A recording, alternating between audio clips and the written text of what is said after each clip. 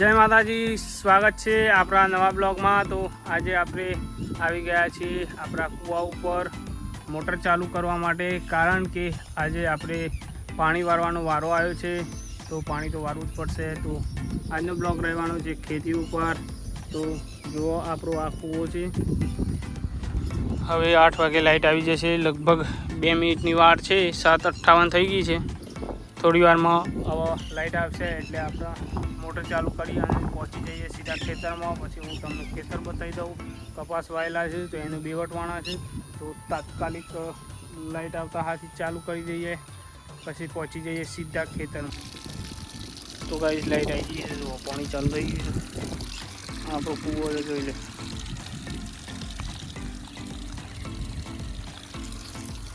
તો લાઇટ આવી ગઈ છે, મોટર ચાલુ થઈ ગઈ છે અને હવે પહોંચી જઈએ સીધા।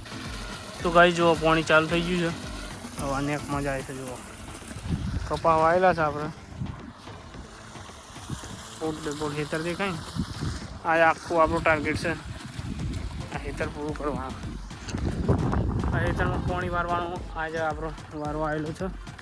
તો ખેતી સાથે બ્લોગિંગ બહુ હાર્ડ કામ છે, કારણ કે અત્યારે ચાલે છે ખેતીની સિઝન, પાછો આવ્યો નથી વરસાદ।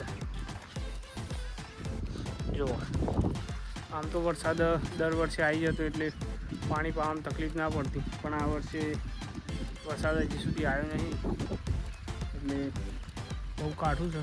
બાકી વરસાદ આવી જાય તો સારું છે। બાકી આજે આખું ખેતર આપણે પિયત કરવાનું છે, બરાબર।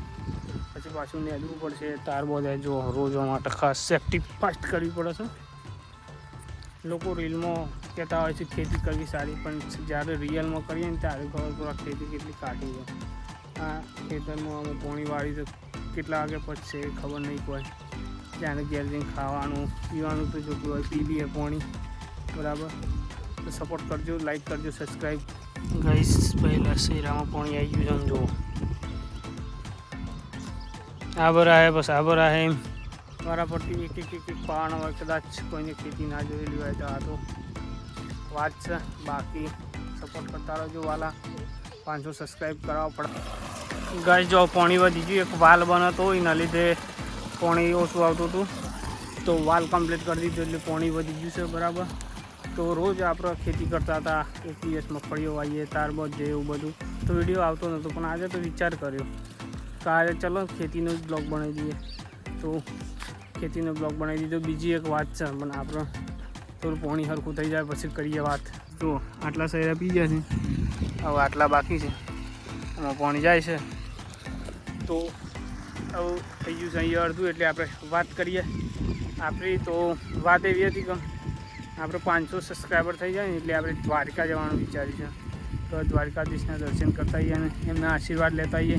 તો ફટાફટ 500 સબસ્ક્રાઈબર કરાવો। અત્યારે આપણે 230 આસપાસ સબસ્ક્રાઈબર છે, એટલે ફટાફટ આપણે 500 સબસ્ક્રાઈબર થતાની સાથે આપણે દ્વારકાની ફૂલ ટ્રીપ ઓછા બજેટમાં, પછી જોઈશું કે આજુબાજુ કઈ જુનાગઢ સોમનાથ જવા જેવું છે કે નહીં આવતા, તો એ પણ કરીશું। તો ફૂલ મજા આવી જવાની છે। દ્વારકા જવાના કમિંગ સૂન આવતા મહિનાની લગભગ 10 તારીખ સુધીમાં જવાનું છે। તો એ પહેલાં આપણે 500 સબસ્ક્રાઈબર ફટાફટ કરાવો।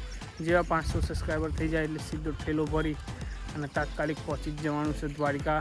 GSRTC બસમાં અત્યારે નવી ચાલુ થઈ છે હિંમતનગર, તો હિંમતનગરથી દ્વારકા બસમાં આપણે જઈશું, કારણ કે નવી ચાલુ થઈ છે બસ, એકદમ ફ્રેશ સ્લીપર અને પ્લસ એ લગભગ 5.5 જેવી ટિકિટ છે, એવું બધું સર્ચ કરીને મૂકેલું છે। તો ફૂલ ટ્રીપ તમને બતાવશું કે કેવું રહેશે, કયો બસ ઊભી રહેશે, કયો કેવું છે, બધું તો ફૂલ મજા આવી જવાની છે। ફટાફટ 500 સબસ્ક્રાઈબ કરાવો, કારણ કે આ તડકામાં તપી જાય યાર, ખેડૂત છીએ, સપોર્ટ કરજો। તો એવી ઈચ્છા રાખું છું કે 500 સબસ્ક્રાઈબર કરાવશો। તો ફટાફટ સબસ્ક્રાઈબ કરો, લાઈક કરો, શેર કરો વિડીયોનું જેટલો બની શકે એટલો, બરાબર। બસ એ જ કહેવા માગું છું। તો આપણી દ્વારકા ટ્રીપ ફાઇનલ થઈ જશે 500 સબસ્ક્રાઈબર થતાની।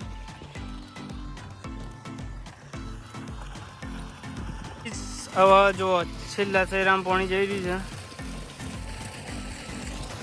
તો હવે આપણે પાણી વાળી રહ્યા છીએ, કમ્પ્લીટ 2 કલાક લાગ્યા છે, બરાબર। તો બરાબર આમ તડકો ચડવા થયું છે, તો ખેડૂત સમજીને થોડો સપોર્ટ કરજો મારા વાલા, અને 500 સબસ્ક્રાઈબર સુધી ફટાફટ પહોંચાડો એટલે આપણે પહોંચી જઈએ દ્વારકા. બાકી મળીએ નવા વિડીયો સાથે. ત્યાર સુધી બાય બાય. સબસ્ક્રાઈબ કરવાનું ભૂલતા નહીં, વિડીયોને લાઇક કરો અને બને એટલે શેર કરો. મળીએ નવા વિડીયો સાથે. જય જય ગરીબ ગુજરાત, જય દ્વારકા.